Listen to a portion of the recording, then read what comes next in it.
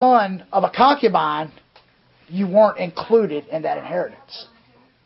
However, if it was a good father, he might give you gifts, but he would send you away so as not to mess with the inheritance. And again, we see an example of this in Genesis chapter 25, verse 6. And by this time, Sarah has died.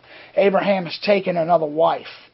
And this wife bears children again for Abraham. But then Abraham also has other concubines who bear children for him. But at the time it comes near to his death, and while he's still living, he sends the children away so that they don't share in the inheritance of Isaac. Genesis 25:6, it says, But to the sons of his concubines, Abraham gave gifts while he was still living, and he sent them away from his son Isaac eastward to the east country. So we see examples in Scripture about how sons of concubines were treated. Though they were legitimate children, they were not legitimate when it came to dividing up the inheritance. Now perhaps Abimelech caught wind of this. Perhaps he understood and knew that as the son of a concubine, he would not be included in the rule of Gideon's family. After all, Gideon had 70 other sons that were from other wives.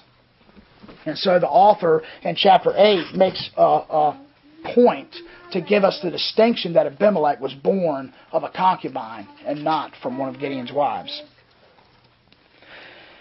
Here and now in verse 2 we see that Abimelech is now in Shechem. And verse 2 tells us that he goes to all of his mother's family and to his relatives. And he says, Say in the ears of all the leaders of Shechem, which is better for you, that all 70 of the sons of Jerubbabel rule over you, or that one rule over you? Remember also that I am your bone and your flesh. So Abimelech comes here. He's very crafty in the way he presents his plan. He begins to put these ideas in the leaders' heads. He says, Hey, look, I'm your flesh and blood. I'm your bone. I'm your bone and flesh, man. I'm related to you. Those sons of Gideon's, they're not related to you. Wouldn't it be better to have one of your own relatives rule over you rather than somebody else's relatives? And so what Abimelech was in essence doing was he was giving these people and allowing these people to take up his own offense. And this can become quite popular in our culture today, and I'll give you an example. For example, you guys that work and you work in a regular place, you may hear somebody come up to you and talk to you and they say, well, man, so-and-so is a horrible boss.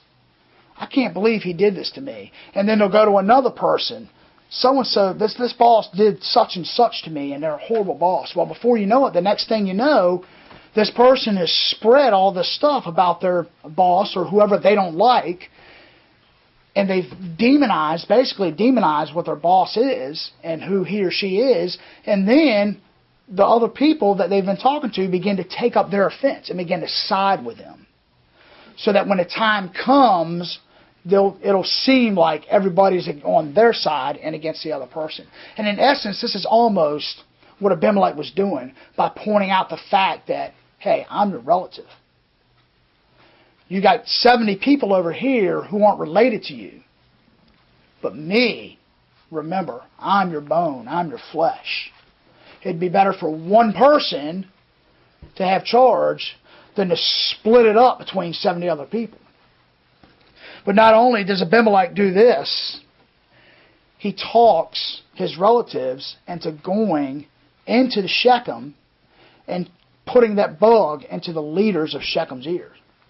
Now, apparently, some of his relatives were probably affluential in a particular way. Maybe. We don't really know. But they had connections with these leaders. And so so Abimelech talks his relatives into helping him gain this plot and helping him to succeed in his plot. And then in verse 3, we see that Abimelech's family helps him carry out his plan.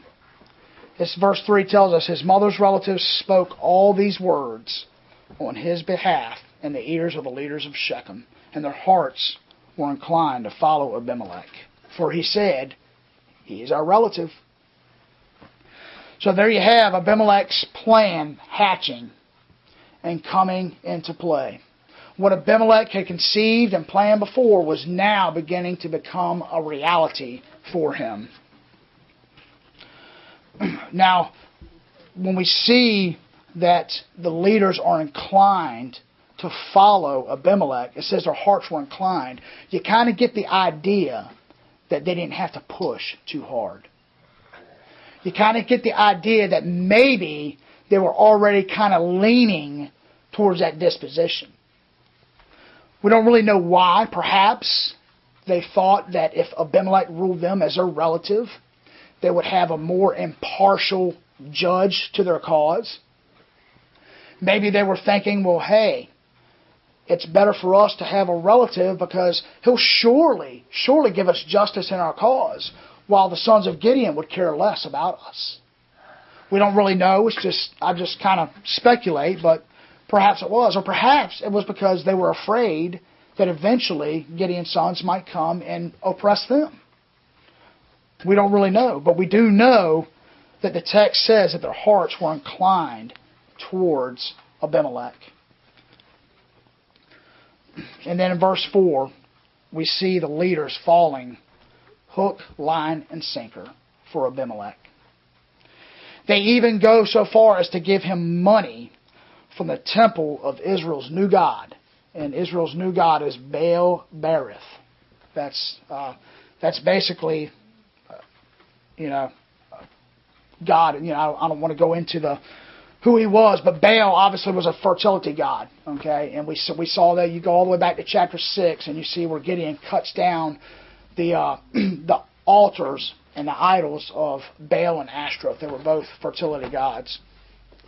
That's very funny that if you read the Septuagint version, which is the Greek translation of the Hebrew Scriptures here, the word for Baal Berith is actually Baal Diathekes.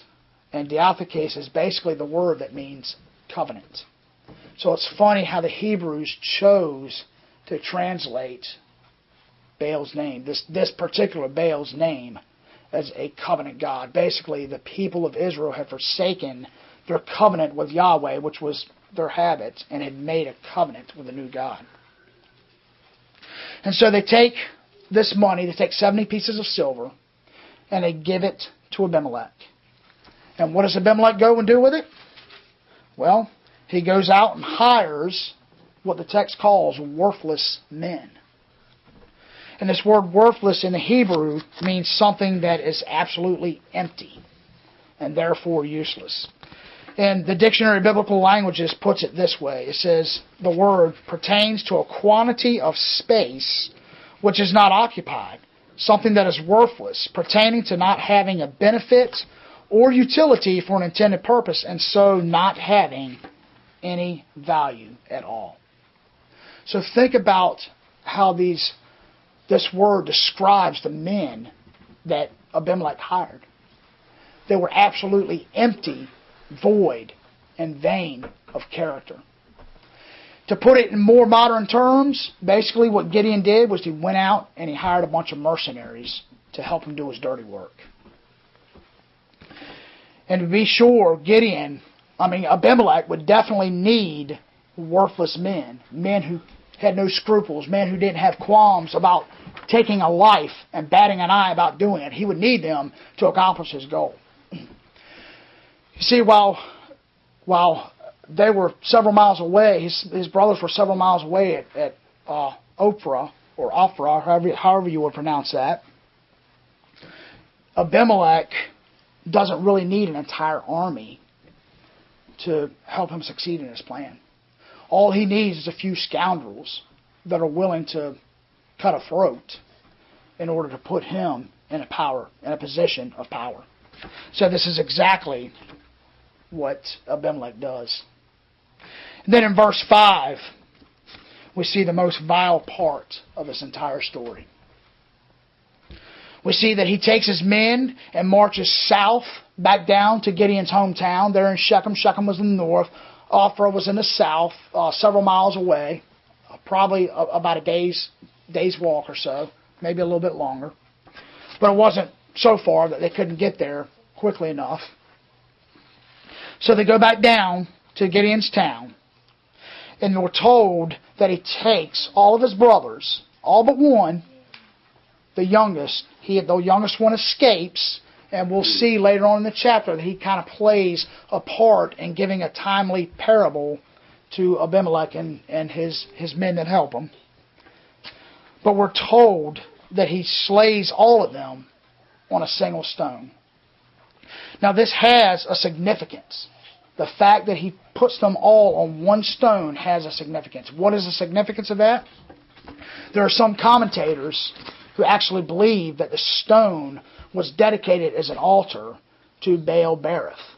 And because he used the money from Baal-berith's temple in order to hire these men, now an appeasement had to be made for that money. And so all of the men perhaps would have been sacrificed, killed not only to put him into power, but sacrificed to that god. In essence, a human sacrifice. John Gill, who was a 18th century expositor, he says of this verse, he said, these, talking about Gideon's brothers, were laid one after another upon one and the same stone, as being convenient for the execution of them, or as serving an altar on which they were sacrificed to Baal, out of whose temple the money was taken to hire the executioners with.